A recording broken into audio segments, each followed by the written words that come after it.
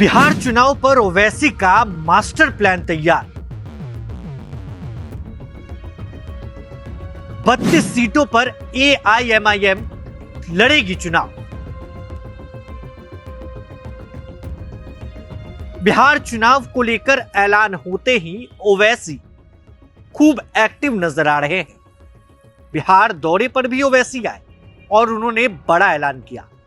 32 सीटों पर एआईएमआईएम चुनाव लड़ेगी।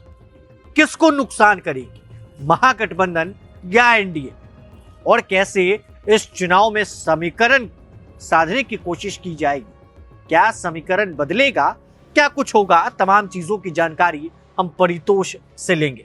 हमारे सहयोगी परितोष हैं।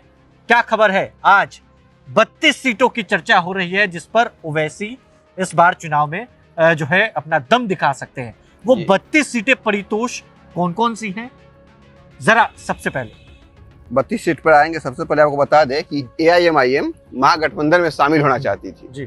एआईएमआईएम का कहना था अगर हमको बीजेपी को पीछे करना है तो हम महागठबंधन में शामिल होंगे और सीमांचल इलाके में बीजेपी को टक्कर देंगे, जदयू को टक्कर देंगे।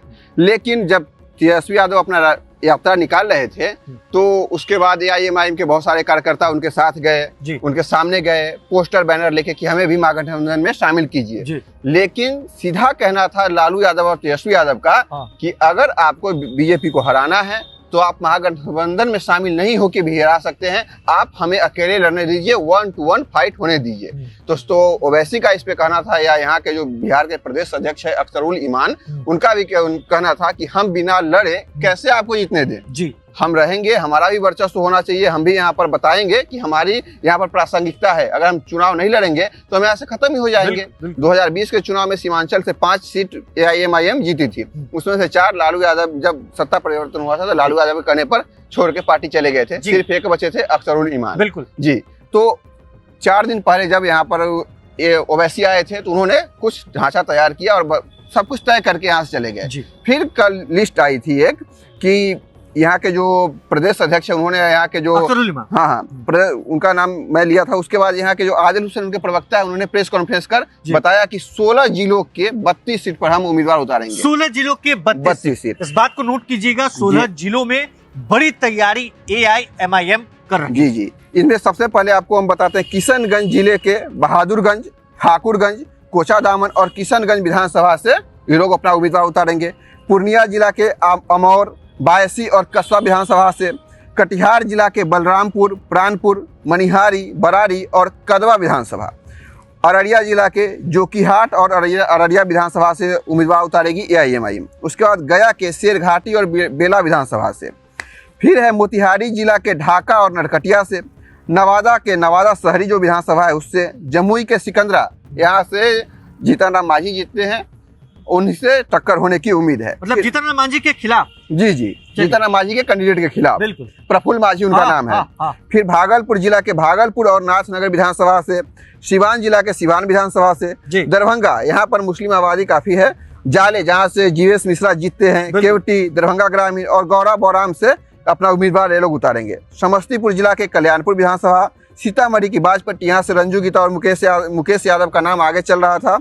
मधुबनी जिले के बिस्फी विधानसभा, वैशाली के महुआ, जहाँ से तेज प्रताप अभी मतलब इस बार चुनाव लड़ने का आज ही उन्होंने ऐलान किया है, और गोपालगंज जिला के गोपालगंज विधानसभा से अपना उम्मीदवार ये लोग उतारेंगे। जी बिल्कुल। तो तैयारी जोरदार है जी। क्या इस बार कुछ बड़ा खेला की तैयारी में एआईएमआईएम है? ओवैसी और अख्तरुल ईमान का सीधा कहना था कि बिहार में 19% आबादी मुस्लिमों की है और 14% यादव है।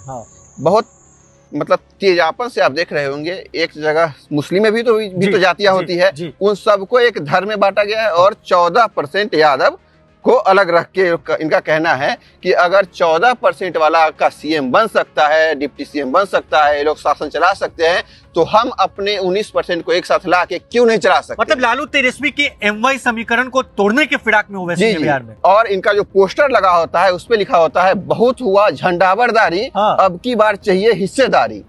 तो हिस्सेदारी मांगने आए हैं ओवैसी बिहार में, उनकी पार्टी के लोग लग गए हैं, संगठन को मजबूत करने में लगे हैं। अब 16 जिलों के 32 सीट पर इनका क्या मतलब तहलका मचा पाते हैं, किसको नुकसान देते हैं? ज्यादातर चांस है कि महागठबंधन को नुकसान देंगे, क्योंकि एमवाई समीकरण और कांग्रेस के साथ ही एक तरह का वोटर हमेशा से जाता रहा है।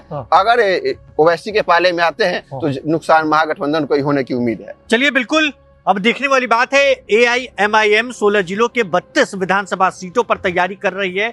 परितोष शाही हमारे साथ मौजूद थे, जिन्होंने तमाम चीजों को बताया है विस्तार से।